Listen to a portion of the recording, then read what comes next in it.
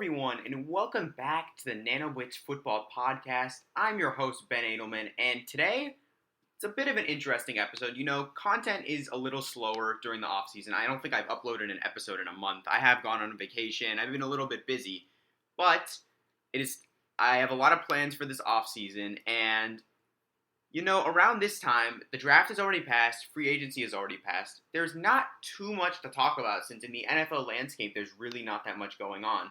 But I take this part of the offseason, I like to go over some topics that I don't really usually have the time to cover during the regular season or in more crucial parts of the offseason like around draft or free agency time. And today, as you can see from the title, we're going to be going over 5 bold takes that I have for the 2022 to 2023 NFL season. And we're going to get into it right away with the Denver Broncos with take number 1. And I'm saying that the Broncos will finish last in the AFC West and miss the playoffs despite acquiring superstar quarterback Russell Wilson. Now, Broncos fans, I have dissed you guys in the past. I will admit it. But I really do think this take will stand true. And they could make the playoffs, actually, even if they do finish last, which is crazy because of how the new format is, where there's 3 wild card spots. So they really, even if they do finish last, they could make the playoffs, but I don't think it's going to happen. And as to why I think they're going to finish last, I just think they're simply the least talented team in the division. I mean, obviously you have the Kansas City Chiefs, who, although they have lost their star receiver, Tyreek Hill, they stay with Patrick Mahomes and Travis Kelce, 2 proven Super Bowl winning players, along with the rest of the championship roster. Then they have Los Angeles Chargers, who were this close to making the playoffs last year, and I have a feeling they're going to be doing that this year again, led by their superstar quarterback, Justin Herbert, has a variety of weapons of Mike Williams, Keenan Allen, Austin Eckler. Real boost to the defense this offseason with the trade for Khalil Mack and signing of star corner J.C. Jackson. So the Chargers should definitely be at least in the top 2 of this division, I would say. I still probably am going to put the Chiefs above them, but I would put the Chargers at the second. And then a lot of people have the Broncos slotted into that 3rd spot in this division, but I really think the Raiders are better. I think the Raiders are a better team. I mean, you look at what they did this offseason.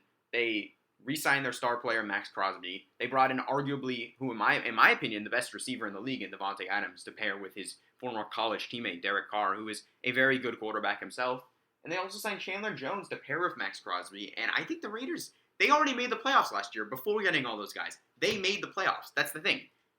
They already made the playoffs, and I don't see why they couldn't do it again, and I think they will. I think they will slide into that 7th seed, and it really just comes down to, they're not that the Broncos are a bad team, but there's really not enough space for them in the playoffs, in my opinion. I mean, theoretically, they could take up that 3rd wildcard spot. If the Chiefs, Raiders, and Chargers all lock in playoff spots, and they're the 4th team in the division, they could lock in that last wildcard, but that's going to be tough, because, I mean, you look at the rest of the AFC, this is one of the most competitive a conference has been, honestly, ever. I mean, let's look at the other teams in the AFC that are going to be competing with them for that spot. I mean, just in the AFC alone, you have the Bills, who I don't think will be in that wild card race because I think they're going to win that division, but they could be. Then you got the Dolphins and Patriots, who are obviously going to be trying to make a spot. Jets, even though you guys have known that I'm a big fan of them, I don't think they're going to make a run for it this year. But the Dolphins and Patriots in that division are going to be competing. Cleveland, Baltimore, and Cincinnati are all going to be heavily in competition for a playoff spot, and then the Titans and Colts are all going to be heavily in competition for a playoff spot. So that's 5 other teams that you're competing with if you're Denver for that last playoff spot, that 7 seed, in my opinion. And I think that it's going to be tough to make that, especially considering the fact that the Broncos have to play those other teams, the Chargers, Raiders, and Chiefs, 2 times a year. So that is 6 games that are significantly harder than, let's say, a team like the Bills, who has to go against the Dolphins, Patriots, and Jets 2 times a year, which is significantly much easier than the Chiefs, Raiders, and Chargers. So, and then also the fact that Russell Wilson tends to struggle later into the season. I think they could start out good like Russ typically does, but I do think he's not that he's bad for the second half of the year, but he goes more back to earth. He's like a top 3 quarterback at the start of the year, and then he becomes more still above average, but just good in the second half of the year. But he's still a very good quarterback, and the Broncos should be good next year. They should be over 500. I see probably like a 9-8. I just don't think they're going to be able to grab the playoff spot in that hard division. And moving on to my second take is that the Baltimore Ravens will edge out the AFC champion Bengals, as well as the Cleveland Browns and Steelers, to win the AFC North, led by another MVP caliber year from quarterback Lamar Jackson. Okay, let's get into this. Lamar Jackson is a player that I really respect, I really like, and I think he's overhated in the NFL community as a whole. I mean, this is someone who in 2019 put on, dare I say, one of the best quarterback seasons in a while, and really changed. I wouldn't say changed the game because Michael Vick was there, but we've never seen a quarterback do stuff like this. I mean, Michael Vick was good, but they're similar. Lamar Jackson, he's just overhated. Let's be honest. Like, I have people say he's just a running back. People say that he doesn't know what to throw. He threw over 40 touchdowns that year. He is a great thrower as well as runner. I think he'll have another MVP caliber year next year. I don't know if he's going to win it. This is a good clarification to make. I don't know if he's going to actually win the MVP, but I think he's going to be on that level and in contention for the MVP award. But going back to the individual team, I think it's clear, especially after the offseason additions, that the Baltimore Ravens are the best team in that division. And honestly, it's a really tough division because you got the Steelers who, they're going to suck next year, but the other three teams are very good. Bengals obviously are coming off of an AFC Championship appearance led by one of the best quarterback receiver duos in the league, LSU's finest, Joe Burrow and Jamar Chase. They're going to definitely still be in contention for that division as well as the rest of the AFC, if we're being honest. And then there's Cleveland, who acquired the glorified massage therapy. I'm not going to say it. Deshaun Watson. They acquired Deshaun Watson, and he's probably not going to play next year due to various massage-related incidents. But they're still a good team, if we're being honest. They have easily the best running back duo in the league with Nick Chubb and Kareem Hunt. They got a solid defense led by Defensive Player of the Year candidate Myles Garrett, and they're overall just a solid team regardless of their quarterback. Obviously, it's going to help them if Deshaun Watson is not suspended for more than 6 games, which I think is the minimum at this point, and so much stuff has happened with him since I last filmed, but honestly, I don't feel like giving him that attention, so I'm not going to talk about it that much. I'm not going to go into the details. But the Browns could be good next year, even without Watson, I think, but not as good as the Ravens. The Ravens will win that division. They will. I think I could see them going far in the playoffs also. I just think they'll be a really good team next year. They picked up Marcus Williams. They were so injured last year too, and they almost still made the playoffs. I mean, you saw all their running backs got hurt.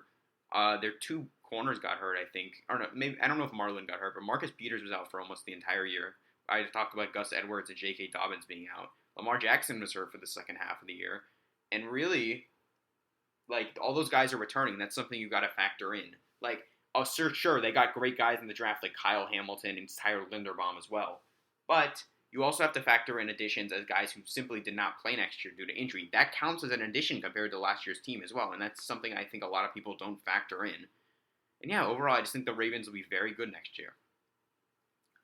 Moving on to take number 3, Dolphins fans are not going to like this one, but I think that Tua Tagovailoa will be benched at some point this year in favor of Teddy Bridgewater due to poor performance. And I also think that Miami will not make the playoffs in this loaded AFC, like what I talked about earlier, despite adding guys like Tyreek Hill and Teron Armstead.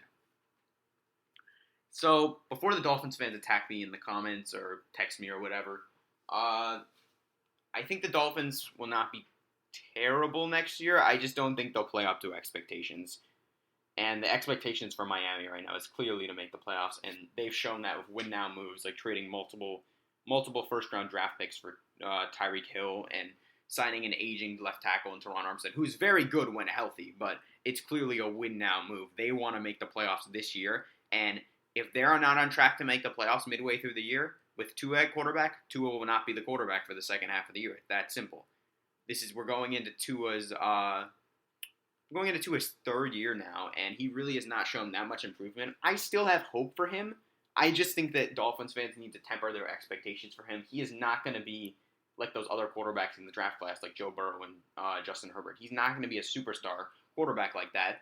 But we've seen in the NFL that you don't need a superstar quarterback always to win. Sure, it's a big help with teams like the Chargers, Chiefs, Bills. It's a big help for them to have those superstar quarterbacks. But we've seen teams like the 49ers make it as far as the Super Bowl with a mediocre at best quarterback in Jimmy Garoppolo. And I think that's the move that Miami is trying to make of Tua. They're not trying to make him the next Herbert or Burrow because I think that ship has already sailed with him. What I would be doing if I was Miami is just trying to get him to be a serviceable quarterback that doesn't make mistakes and is able to carry a team. Not carry a team, but is able to lead a team surrounded by good talent and win games. That's really the most important. They don't care if he has lesser statistics. They want to win. They want to win games. It's that simple. And I think they definitely showed that with the hiring of Mike McDaniels, who was a former 49er coach. I think that's the role they're going to take. And if Tua really is not doing good, even with all these weapons, you got Jalen Waddle, Tyreek Hill, a plethora of running backs, including Chase Edmonds, Myles Gaskin, and a wide variety of other guys. None of them are particularly good, but there's a wide variety of guys. But if Tua's not able to succeed midway through the year, they might go to the backup option, Teddy Bridgewater, who has proven that, and you guys know my opinion on Teddy Bridgewater. Spoiler, I'm not a huge fan of him. But he can be serviceable. He's not going to do anything special. He's not going to really single-handedly win you games or come back or anything crazy like that. He can, if he's surrounded by good talent, though, he can win some games. And I could even see him potentially being a starting quarterback on a playoff team. And that's what I think Miami's thought process was when signing him this offseason. A bit of a safety net for Tua for this year, as this is really Tua's make-or-break year. I mean, there's a couple quarterbacks in the league with like that, but Tua may be one of the biggest in the league who's truly is his make-or-break year. If he starts up the year bad, he's getting benched. It's that simple. So yeah, look for Miami to be decent next year. It really all depends on Tua, so I'll be watching him closely. Moving on to take number 4. Take number 4 is that running back Ezekiel Elliott will bounce back this year and land himself back in the top 3 rushing yards leader after 2 down seasons plagued by overall, to be honest, injuries and poor play. It's a bit of a combination of both, but Zeke, I think he still has the talent in him, to be honest, and this might be the most unpopular take I have on the list. I'm actually a big fan of Ezekiel Elliott. Sure, he is overpaid, but I think he's still a really good player, and when healthy, I think he can be a top 5 running back. You don't hear that a lot anymore, but this is a guy who, in his rookie year in the league, ran for 1,631 yards and 15 touchdowns on an absurd 109 yards per game. Then, in 2018, just 2 years later, he ran for 1,434 yards, 95 yards a game. Both years, he led the league in rushing. The next year after that, he ran for 1,300. So he's had 3 seasons where he's been over 1,300 yards, which is really good for a running back, honestly. But the last 2 years, we haven't seen that same production. Sure, he's been all right. He has not been a bad running back, besides maybe in 2020 where he had a bit of a fumbling issue, as we all saw. Although I think that issue was definitely overblown. 2020, he had 979 yards, 6 touchdowns, but he had 6 fumbles also. Not the best year for him. That was overall a disastrous year for Dallas, though. That was the year Dak got hurt, broke his foot, and it was not good. It was not good. They had Ben DiNucci at quarterback at one point. You never want Ben DiNucci at quarterback. That's all I really got to say about the Dallas Cowboys 2020 season. But in 2021, he was really good to start the year, if we're being honest. I mean, I had him in fantasy, so I was monitoring him every week. He was really good to start the year. He had a couple 100-yard games, a couple 130, 150-yard games, but he dropped off in the second half of the year. And there's really only one reason to blame for this, and that's injuries. He clearly was hurt. If you actually watched any Cowboys games, you would see that he was playing injured, and he wasn't really his full self. So with an offseason of rest after their disappointing playoff exit in the first round last year, I think he'll be back, honestly. I think Zeke is going to have another stellar year. I think he's going to rush for over 1,300 yards and get himself back into that top 5 rushing leaders that he really has strayed away from ever since 2019 after getting 3 seasons where he either led the league in rushing or was very, very close, that being 2019. I thought he led it in 2019 also, but apparently not. I think he'll get back to form. I think the Cowboys will probably win that division, but it just annoys me when people say that Tony Pollard is better than him. Tony Pollard, for some reason, NFL fans love, and they hate Zeke. That's been a common casual take that I've been hearing recently, that Tony Pollard is better than Ezekiel Elliott. No, he is not better than Ezekiel Elliott. Tony Pollard is a good player. He's a bit of a gadget player, but he's not a workhorse running back the way Ezekiel Elliott is. He can't take 25 touches a game like Zeke does. He simply cannot do it with good production, and Zeke can. I think they work well together, but you got to know that Zeke is the running back 1. Zeke is Dallas's running back 1, and he's going to perform like it next year. Moving on to my final take. I think that Justin Jefferson will have a Triple Crown season next year where he will lead the league in receptions, yards, and touchdowns. If you didn't know what a Triple Crown was, that's what it is. Becoming the 5th receiver to do so only a year after Cooper Kupp accomplished the feat himself this year. So we all know Cooper Kupp did achieve the highly coveted Triple Crown this year. He had honestly an unexpected year with 145 catches, 1,947 yards, and 16 touchdowns. One of the greatest, if not the greatest, wide receiver season of all time. Which is crazy to say from a guy like Cooper Kupp, who only had one 1,000-yard season prior, and was basically compared to Robert Woods, his former teammate. You basically looked at those two and said, "Oh yeah, these are the guys. They're the same player." I've talked to my friend before about it. Like before this year, obviously, I would say like, yeah, they're basically the same player. I mean, they had similar play styles. I would say, yeah, just take your pick pretty much. It doesn't really matter. They're going to have the same production in fantasy. And boy, was I wrong when my dad drafted Cooper Kupp in the 6th round, pick after Robert Woods. Yeah. But Justin Jefferson is a bit of a different situation because he's already proven that he is a star receiver in the NFL. I mean, he's only been in the NFL 2 years, but in those 2 years, he has over 3,000 yards and 17 touchdowns, that is absolutely insane, by the way. 3,000 yards in your first 2 seasons, over 3,002 yards. Jeez. That is insane, and I just think, who's stopping this guy? He is just an overall productive receiver, and I think if anyone in the NFL right now can capture the Triple Crown, besides maybe a repeat from Cooper Kupp, it would be Justin Jefferson. And I don't think Cooper Kupp will repeat. I think he'll still be good next year, but I don't think he's going to lead the league in any of these categories, to be honest. Maybe receptions, but not yards or touchdowns. Justin Jefferson, I think he's ready. I dare I even say next step, because last year he was already spectacular. He was 2nd in the league in yards behind only Cooper Kupp. And really, he only has to jump 1 place in his 3rd season to be at number 1. Receptions-wise, I think his receptions will go up. His workload overall will go up next year, too, because the recent head coach of the Vikings said that he wants to use... this is actually what inspired this take, fun fact. He said a quote that he wanted to use Justin Jefferson more like Cooper Kupp. And if you see how Cooper Kupp is used, he's used in a way a high-volume receiver that has good run after the catch and good route running. That is a role I think Justin Jefferson can absolutely thrive in and kind of take on that Triple Crown. So let's see how this take ages. Hopefully he doesn't have a junior slump or whatever you want to call it, sophomore slump. I know he already has a sophomore year, but junior slump, that's not a thing. So he'll be fine his 3rd year. And I really think if any receiver, like I said earlier, if any receiver in the league could do it, it's Justin Jefferson or maybe his teammate Ja'Marr Chase. But I think Ja'Marr Chase is going to slump off slightly in his 2nd year because he was carried more by big games. Justin Jefferson was kind of more like consistent performance.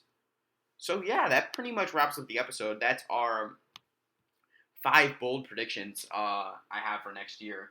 Let me know in the comments on our Instagram, or you can just DM me. I always respond. How you feel about these takes. Our Instagram, as always, is @NanoBlitzPodcast. I've been uploading a lot of great content on there, including my best quarterback, running back, and receiver at each category. A wide variety of categories. Like, for example, quarterback, throw power, accuracy, play action, RPO, overrated, underrated, a wide variety of categories. So go check that out. We're going to be putting out some more off-season content very shortly. I have a couple ideas in mind. Off-season is a little bit slower, which is why there was a little bit of a gap, about a month gap between the last episode. But we're working on getting content out. It's just that there's not really much going on in the NFL, but I still have ideas. I still have plenty of ideas, great ideas, that are going to be enjoyable to watch. It's just a little bit slower because it's less talking about current events. But yeah, once again, go check out the Instagram @NanoBlitzPodcast. Hope you guys enjoyed. Thank you for staying until the end, and see you next time.